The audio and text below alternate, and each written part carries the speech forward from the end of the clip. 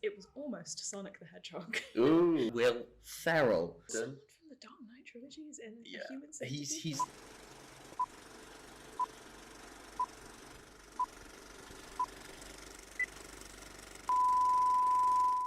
Welcome to the Outlaw Podcast.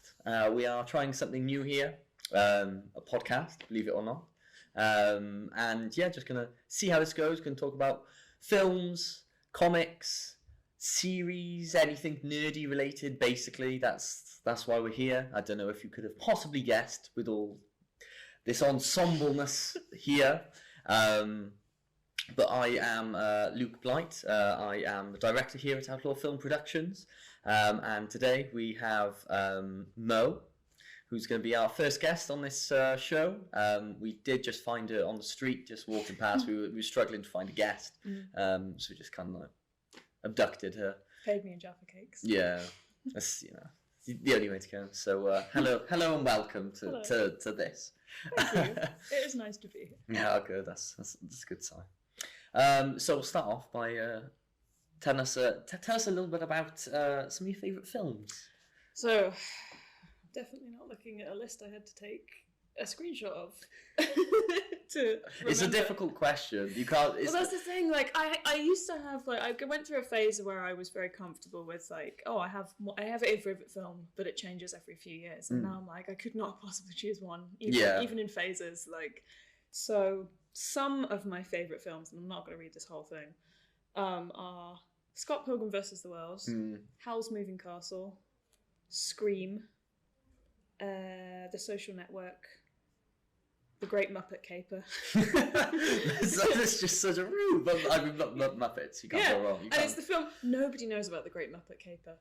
I haven't seen it. It's so funny. It's also the Muppet film where it's directed. So the first one was not directed by any of the cast members or people who worked on the show, I don't think. And then the second one was directed by Jim Henson. So which means that all of the puppeteers, or almost all of them, get a cameo just as with their actual face and as a person. And so which I didn't really take up on until I watched it for the second time this year with my friend who was seeing it for the first time. And then I just had a moment where I was like, that's Richard Hunt, that's Scooter. And then I was listing off all of the characters that he played in the Muppets and trying to explain them. And then even my friend who loves the Muppets and who was watching it with me was like, he plays all of them? I was like, yeah, dude. So yeah, The Great Muppet Caper and John Carpenter's 1982 cult classic, The Thing. Not seen The Thing either. I've seen. Did John Carpenter do The Fog?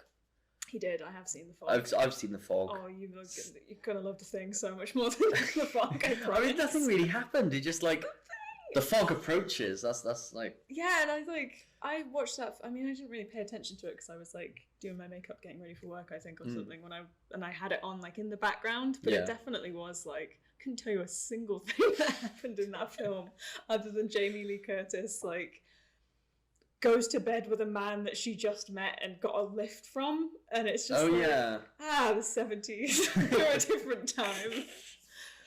Halloween, for me, Halloween's a little bit like that as well. I find it so boring. I haven't seen it.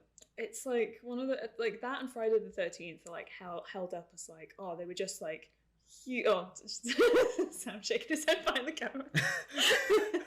They're held up as these and I understand their importance historically and in the context of film. Sam can't even look at me, but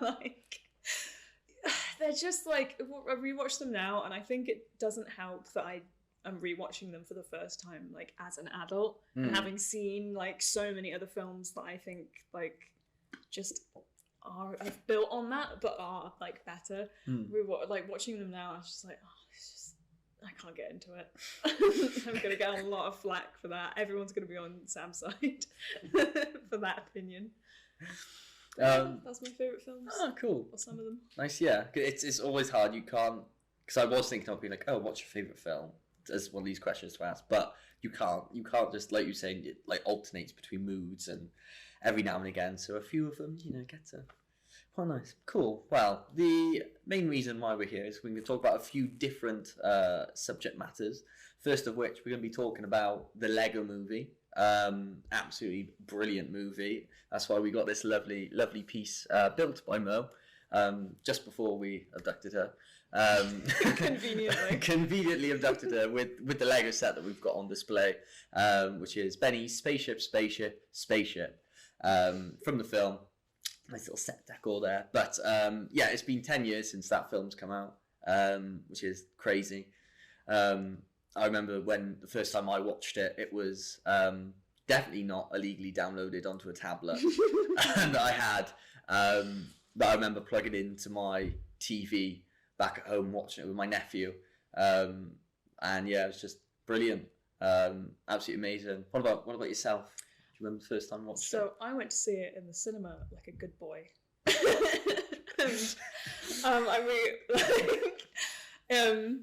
We made like a family outing out of it.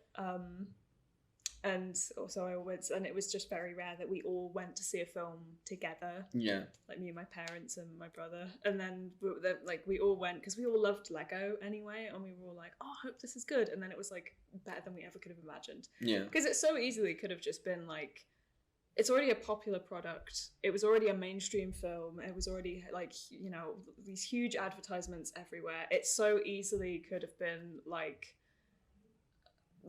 minimum effort. We just kind of make something. Yeah. But don't really get any. It happens a lot. Like you got the Emoji Movie and stuff like that, and then just like Not to bring up a rival brand, but the same movie. I haven't seen it, but I remember when there was I only saw the poster, and then Daniel Radcliffe was in it, and then that was it.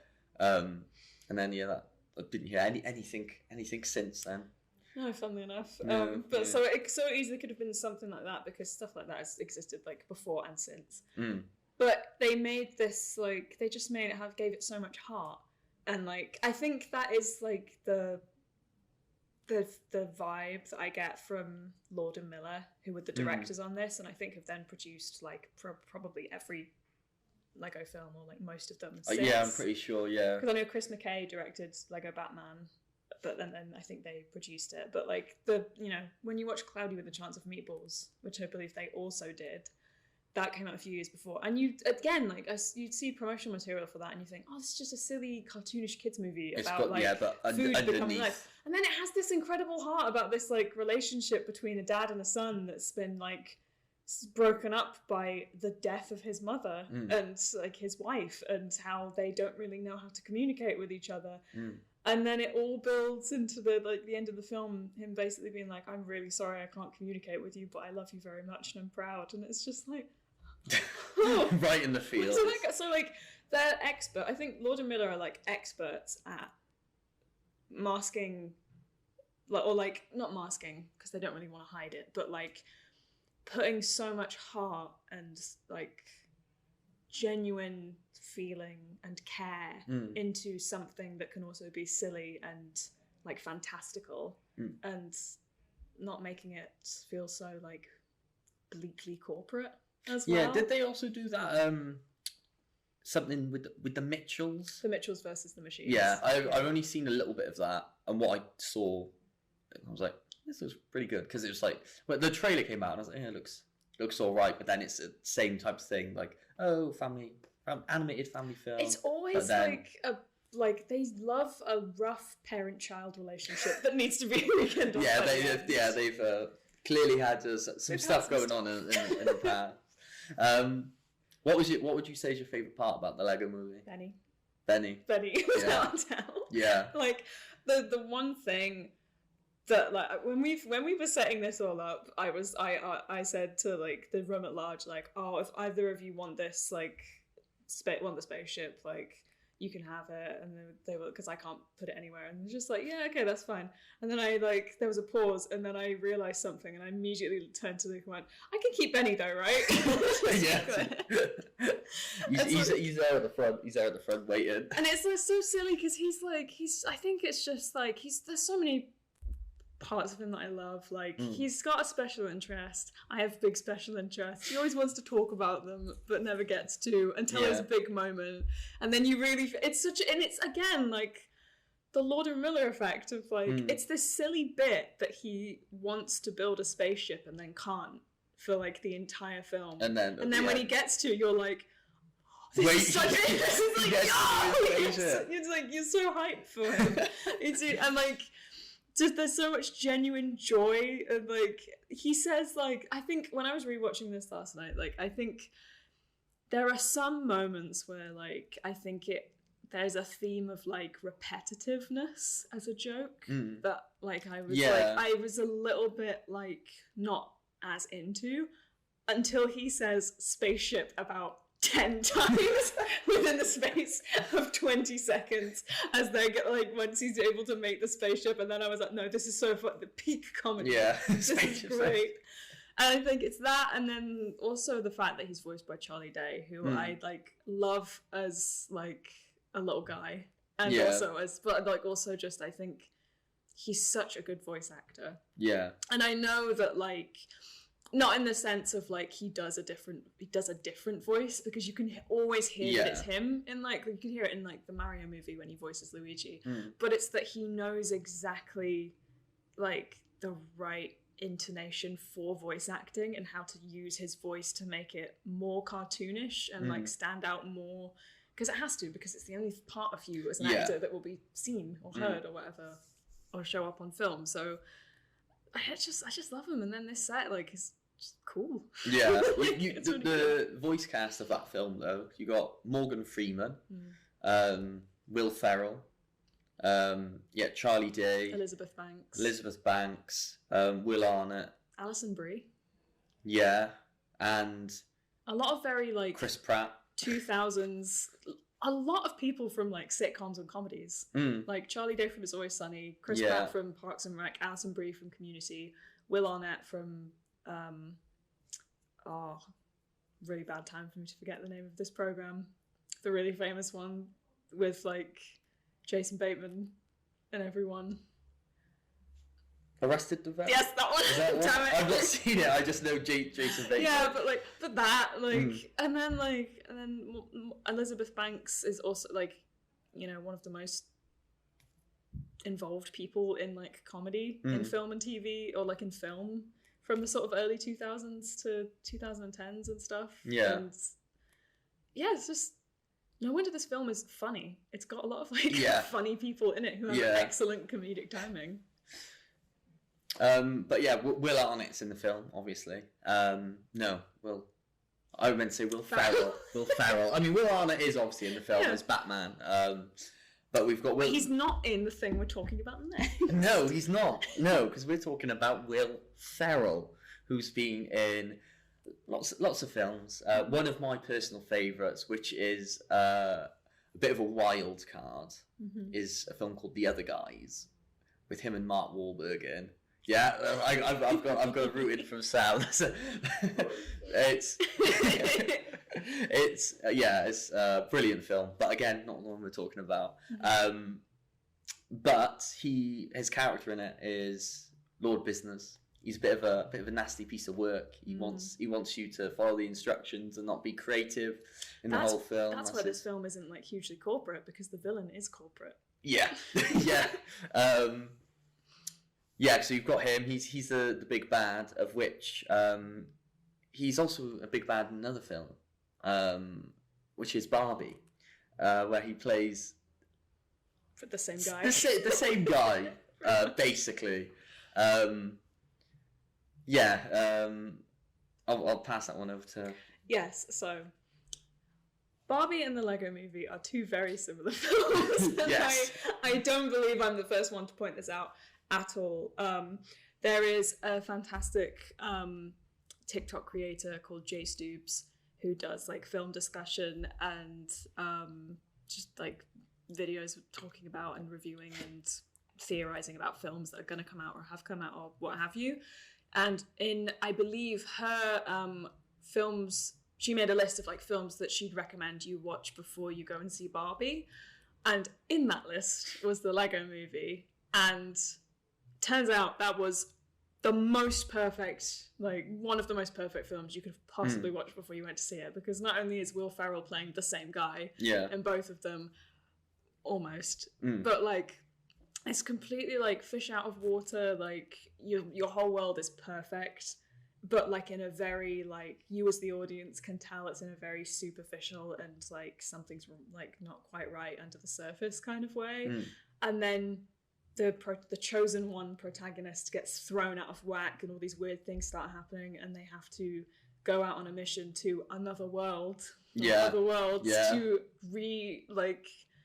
redraw the balance over everything. I don't think that was a good sentence at all.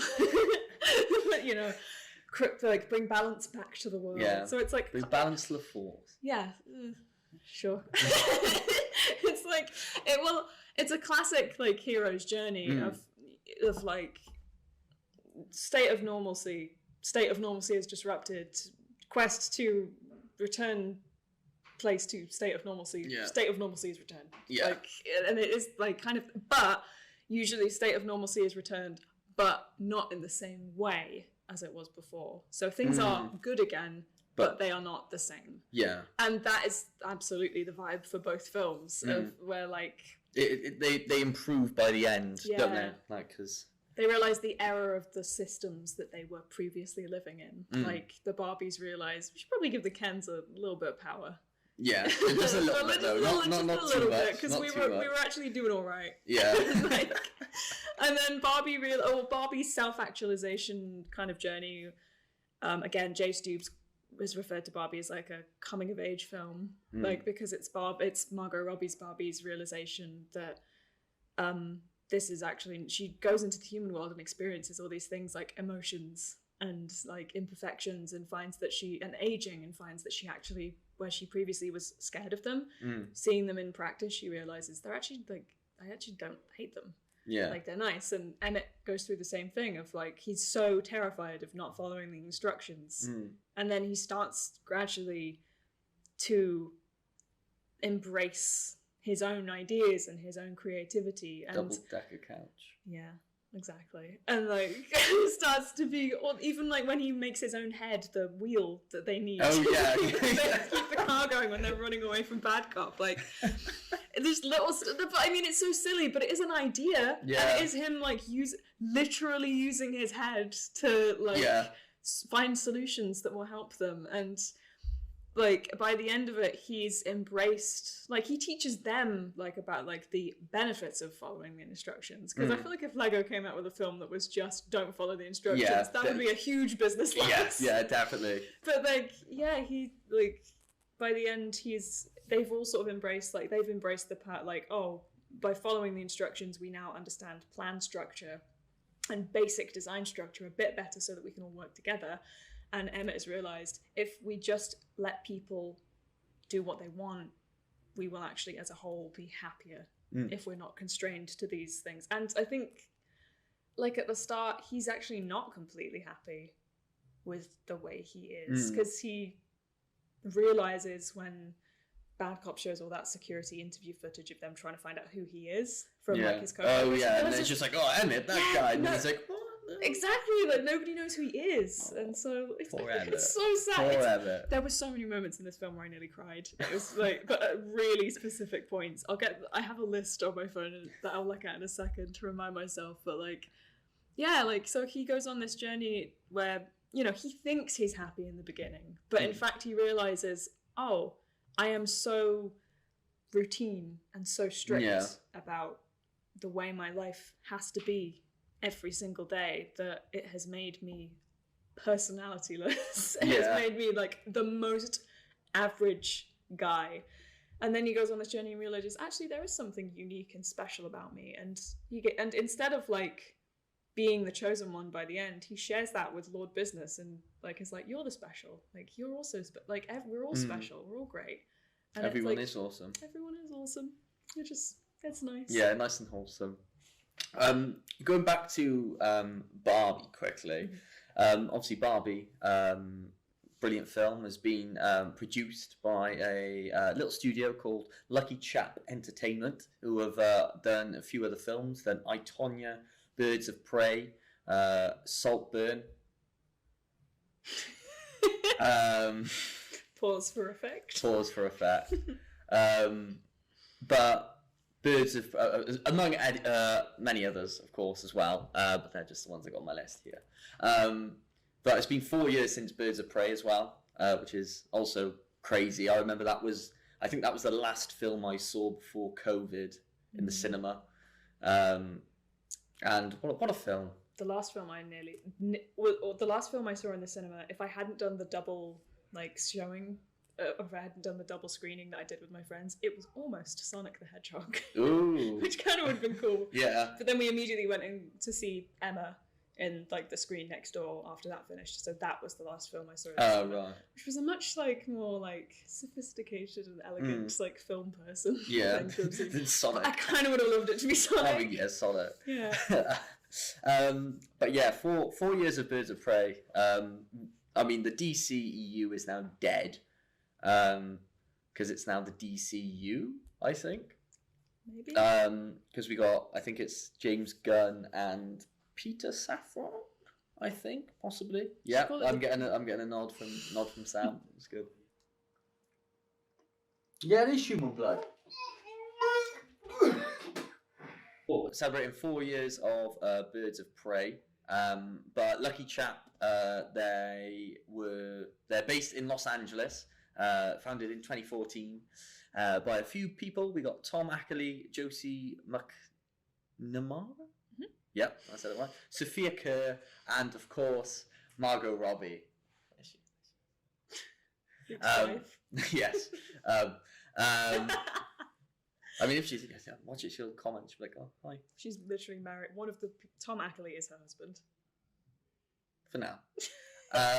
Maybe she'll be here one day. So Margot Robbie, if you're interested, should be a message. All sorts. But no, they've obviously produced all these great films. With their focus being on them being female-focused films. We briefly talked about it before with Birds of Prey and just the costume kind of changes from 2016 Suicide Squad compared to Birds of Prey, which was, I don't know, about 3 or 4 years later or so, wasn't it? And then comparing that to the Suicide Squad as well then, but just you can tell that it's a hell of a lot better than what it was in Suicide Squad. Just to briefly brush over that, but one day we'll have a Harley Quinn special. We'll definitely have a Harley Quinn special. Why on earth would you possibly want a Harley Quinn special? I don't know. But yes, they have also done Saltburn this year. So Saltburn has been obviously going around quite a bit. I feel like we've come to the end of the wick of Saltburn now in social media and everything, but it's for now. No, I kind of hope it's. Yeah. I don't mind film discussion, but I'm happy for it not to be did you see this thing happening in this weird film thing anymore? That's that I'm getting a little bit sick of.